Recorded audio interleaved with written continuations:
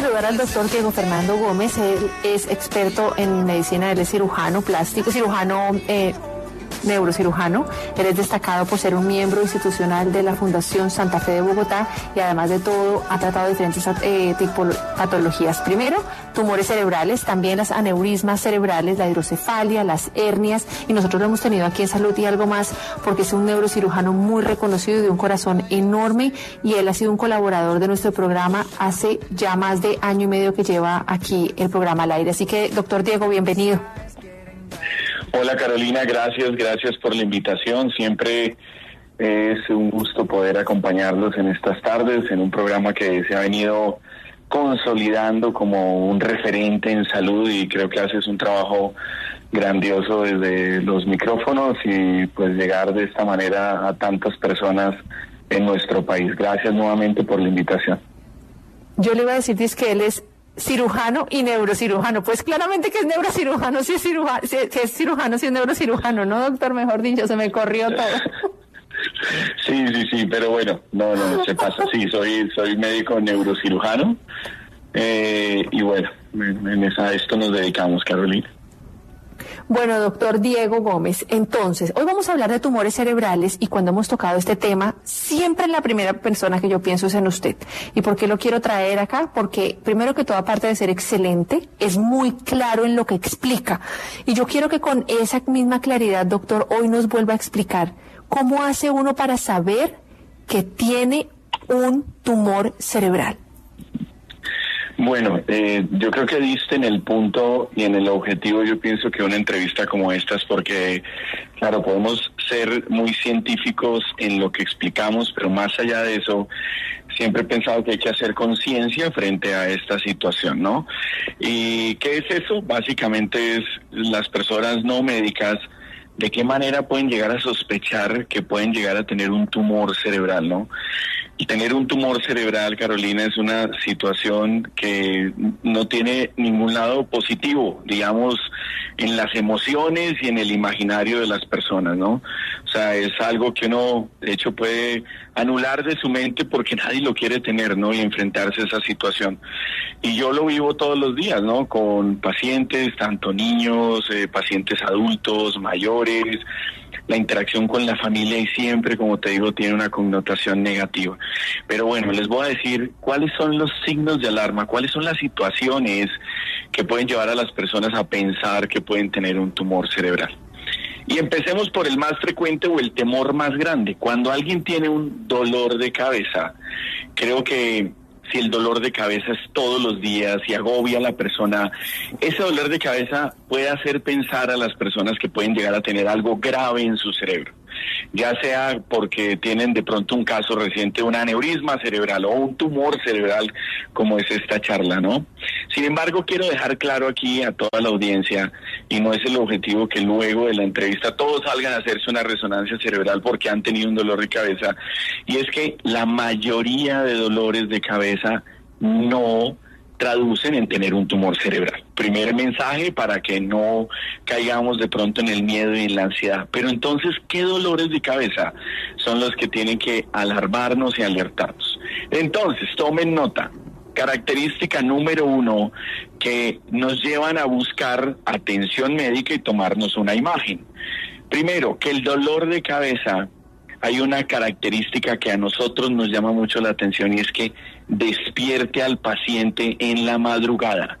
O sea, no sufre de dolores de cabeza y de repente tengo un dolor que a las 3 de la mañana o muy temprano en la mañana se presenta. Ese dolor es una bandera roja que llamamos nosotros en la medicina, o un signo de alarma. Si ese dolor de cabeza se acompaña también de vómito, también es un signo de alarma. O sea, tengo un dolor de cabeza y presento vómito. De hecho, el vómito siempre se ha descrito que sea en proyectil, o sea, que sale a mucha presión, sugiere que puede haber algo en el cerebro. Insisto, no quiere decir que tengan un tumor cerebral por estos síntomas. Es que obliga a consultar y seguramente va a ser necesario tomar una imagen. Otra cosa, que de repente soy migrañoso o tengo un dolor de cabeza tensional, como en la base del cráneo, producto del estrés, el trabajo, y O en el caso de una migraña, que es un dolor muy común, o que le han dicho que tiene migraña y de repente empieza a tener un dolor de cabeza que tiene un patrón distinto, unas características distintas. Ese cambio en el patrón también suele ser un signo de alarma. Oiga, a mí me duele la cabeza, pero esta vez me duele distinto. Eso hay que llevar a consultar y evaluar la necesidad de tomar una imagen. Ahí empezamos con el dolor de cabeza, Caro. ¿Qué opinas? ¿Algún comentario al respecto? No, pues doctor, ese signo de alarma del dolor de cabeza me parece muy importante porque uno muchas veces no le para bolas y se toma una pastilla y después vuelve el dolor de cabeza y se toma otra pastilla, pues hasta que ya, por ejemplo, el glioblastoma, que es uno de los cánceres más complicados, pues ya no da aviso y dice, mire, ¿sabe qué? Ya no hay nada que... y empieza la persona a convulsionar, ¿no, doctor? Entonces aquí con los dolores de cabeza mi pregunta es, ¿hasta qué punto me puedo yo tomar una pastilla de estas que venden de venta libre y cuándo ya sí debo ir donde el neurólogo, no el neurocirujano todavía, el neurólogo primero? Sí, digamos que siempre hago la salvedad acá, digamos, veo con frecuencia pacientes que acuden a mi consulta por dolor de cabeza y siempre les menciono a ellos que el experto, digamos, en el manejo del dolor de cabeza hace parte del campo de la neurología clínica, ¿no? Dado que la mayoría de dolores de cabeza, como les digo, no traduce en que se requiera una cirugía, que es lo que puntualmente hago yo. Entonces, siempre tratamos de favorecer que uno no debería automedicarse, ¿no, Carolina? Digamos que caer en eso de que tengo un dolor de cabeza, me tomo un analgésico y al otro día otra vez uno analgésico. Digamos, esa automedicación en un dolor que aparece desde cero, pues no está bien, no lo recomendamos. Siempre recomendamos que ante cualquier síntoma nuevo, en este caso un dolor de cabeza, pues tenemos que tener al menos una consulta, no solo por neurología, puede ser por su médico general, su médico familiar, su médico internista que viene siguiéndolo, porque puede enfocarlo, puede decirles cómo tratarlo. Hay un dolor de cabeza que los neurólogos lo manejan muy bien, y eso es un dato curioso para todos los oyentes, que es un tipo de migraña que llamamos una cefalea crónica por abuso de medicamentos. Entonces vemos con cierta frecuencia pacientes que, ¿cómo es tu dolor de cabeza? No, doctor, sufro dolor de cabeza todos los días, y en el último año todos los días me tomo un Cebedol, un ibuprofeno, un naproxeno. Lo que no sabe el paciente es que es el analgésico, o sea, el medicamento, el que está manteniendo el dolor de cabeza. Por eso se llama por abuso de analgésicos. Entonces, mi recomendación es siempre consultar ante un nuevo síntoma, entre ellos el dolor de cabeza, Carolina. Diego Gómez. Doctor, tenemos varios oyentes en la línea, me toca darle paso a ellos primero. Entonces vamos con Héctor. Héctor, ¿desde dónde está llamando al doctor y qué le quiere preguntar? Gracias, desde Bogotá. Buenas tardes, doctor. Estoy tomando silostosal para un problema de circulación en la pierna derecha y creo que eso me produce un dolor de cabeza que no había sentido antes. ¿Puede hacer algún comentario, por favor? Digamos que, Héctor, gracias por tu pregunta. Digamos, no tendría puntualmente, digamos, una relación con el tema de los tumores cerebrales. Sin embargo, hay ciertos medicamentos que, digamos, en el caso tuyo, que se utiliza para el tema de la circulación, eso también afecta a todas las arterias del cuerpo, entre ellas las del cerebro, y esa dilatación de las arterias, o sea, que pase más sangre, se puede asociar a dolor de cabeza. Eso sería lo que pudiese responderte. Sin embargo, pues habría que consultar con el médico que te lo formuló para determinar si ese síntoma obliga a que quites el medicamento o lo puedes llegar a tolerar, o algún cambio para que no te genere esa molestia, Héctor. Doctor, vamos con otro oyente. Judín, ¿cómo estás? ¿Y dónde estás llamándonos? Buena tarde, doctor. Muchas gracias por su respuesta. Estoy llamando de acá, de Pradera, Valle del Cauca. Lo que pasa es que él iba a preguntar si cuando una persona convulsiona tiene tumor en el cerebro, y a esta joven le dieron por las convulsiones la carbamazepina y el fenobarbital, pero hace muchos años atrás el fenobarbital se lo suspendieron y volvió otra vez a convulsionar. Entonces mi pregunta es, ¿será que le hace falta a la carbamazepina otro medicamento? Y si ella toma productos naturales, ¿serán contraproducentes? Bueno, gracias por tu pregunta. A lo mejor con las respuestas nos quedamos un poquito cortos y aprovecho para invitar a la audiencia. Yo a través de redes sociales, digamos, comparto mucha información educativa y el Instagram en el que lo hago es Diego Gómez Neurocirugía. Tiene fines educativos y ahí pudiesen complementar si nos quedamos un poco cortos.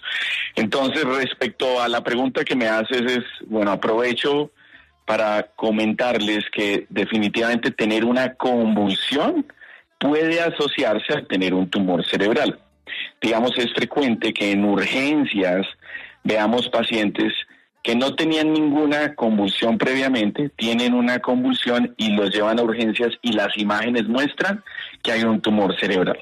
Pero no todas las personas que tienen o epilepsia o convulsiones tienen tumores cerebrales, porque hay otras causas que pueden asociarse a tener una convulsión. Eso es lo primero que les quería contar, porque un síntoma es el dolor de cabeza, pero las convulsiones también pueden ser un síntoma de tener un tumor.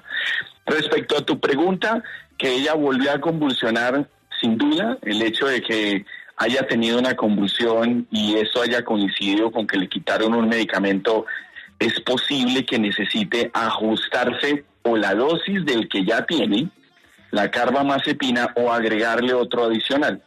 Digamos, en este caso te recomiendo que pueda consultar con el neurólogo para ajustar, porque definitivamente hay que evitar que tenga convulsiones, porque eso sí la pone en riesgo de tener una caída o alguna situación que ponga en riesgo su vida, ¿no?